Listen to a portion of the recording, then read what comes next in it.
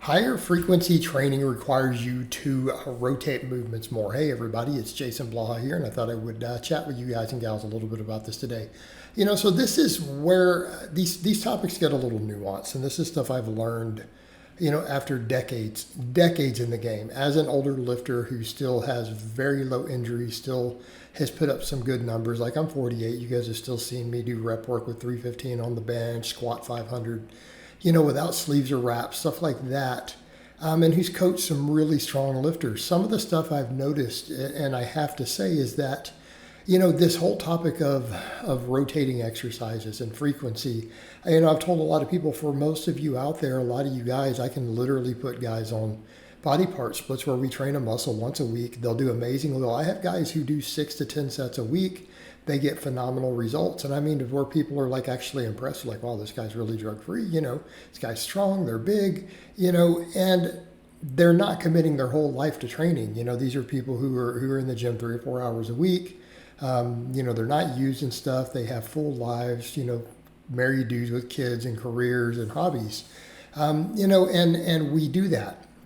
And I tell people that works really well. They're like, but is it optimal? It's like, well, no, it's not necessarily optimal. We can squeeze more, but guys who are doing 6 to 10 sets once a week, that's a lot of my bread and butter for my older lifters, who are not chasing extreme goals. And it works really well for my dad bod transformations. And it's stuff that I can consistently put someone on for years. And, I can change up movements a little, change their loading as we go, and just keep them real consistent and make good progress. But then we get into the topic of what if we want to train stuff more? Because people are like, Jason, you've run the body part thing for quite a while now, but you also used to do the higher frequency. In fact, you used to train 5, 6, 7 days a week, sometimes with max effort. You did normal conjugate, then you did ultra high frequency max effort. How do you get away with doing that when you tell people we get beat up? Well, here's the thing that I notice. If we're going to train movements or muscles more than once a week, particularly with any respectable weight, those movements have to be rotated.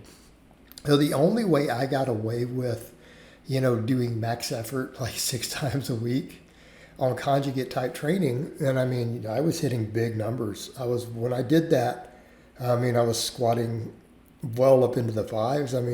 With one of the bars, I ended up hitting 600. I was doing 600 pound plus deadlifts. One time I got 625 off of a deficit at the peak of some of that. I got a 365 close grip bench. I hit a 354 press, like a paused floor press, so on and so forth. I hit a 550 good morning, and the thing is to making stuff like that work. So what's the key? What's the key? Is the rotating the movements. I never repeated the same max very often, unless it was one I needed to really come up that I felt, wow, that was awkward, I could get it up fast. Then I'd cycle it in for a couple workouts. But generally speaking, a lot of times I wouldn't hit that same lift more than once a month. People say, what? Or once every 5 or 6 weeks. So I would rotate bands, I would rotate chains, I would rotate grip stances. I was doing stuff like sumos off of low blocks, right? Then a deficit conventional the next week, then deficit with chains or bands, and then sumo against bands. We would rotate stances, rotate ranges of motion, rotate accommodating resistance. Squatting, I had multiple bars. I had bands, I had chains, I could do back squats, I could do box squats.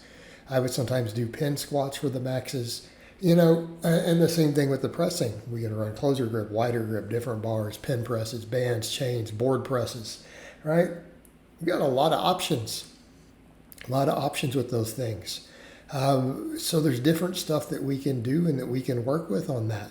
And so what I would do, I would do all that stuff. And so I would rotate through even a lot of the rep work afterwards. I didn't always know, was I going to be doing, for my main lift or the max lift, was I going to just take that same bar? Was I going to do bands or chains? Was I going to do a floor press for the main lifts or maybe some dips?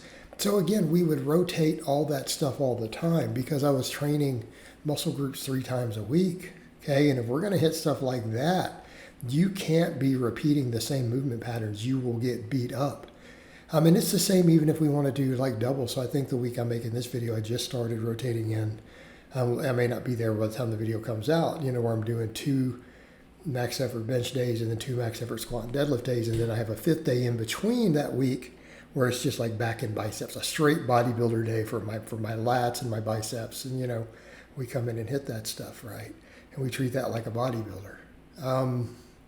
So with this stuff, what I found, it's the same with my lifters. If we're going to start hitting muscles 2 or 3 times a week, we've got to rotate movements. If we start going heavy, those heavy movements have to be rotated all the time. Louis Simmons figured this out, okay? And the reason it's yes, there's a lot to be said for strength on it. There's a lot of reasons we could benefit from a strength position and from an awkward loading position. But a lot of it is the overuse. And because sometimes these movements are harder, we can't handle as much weight because we get thrown into a deficit or a pin or whatever. It puts less stress on those tendons and joints and things in those positions. Okay, so therefore we're lowering the load on those areas. Overuse goes down while still training the nervous system for a max lift. Or then we have training where it's overloaded, where we're running bands or chains that are heavier at the lockout, and then we're getting used to a heavier weight on our back or locking a heavier weight, but then it's easier at the bottom. Okay, why? Well, that stuff's easier. It's less likely to tear tendons and things, actually, right?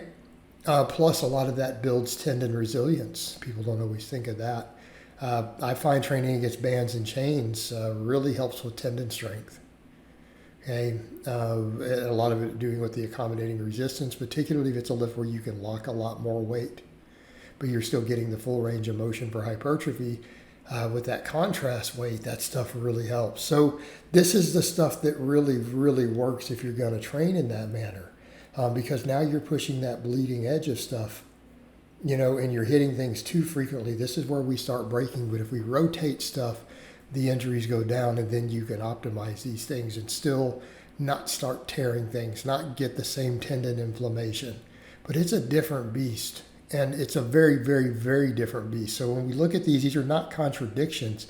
It's telling people, I can have you do 6 to 10 sets for a muscle group once a week, and most guys can get pretty big, pretty strong. We can get good results. If people want to go the other extreme, though, we can't run the same methods. The methodology has to change. It has to change, or you break. This is how we keep injuries low. You know, you've got to rotate these movements if we're going to do this, right? And we can't be repeating the same movements all the time. And we have to still limit intra-session volume. Once we start going to those higher frequencies, we can't be coming in hitting a muscle group for 12 sets in one workout.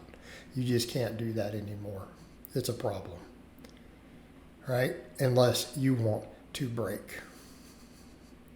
All right, guys, but that's really all I have to say on that today. I hope it's been informative, and I'll talk to you guys and gals next time.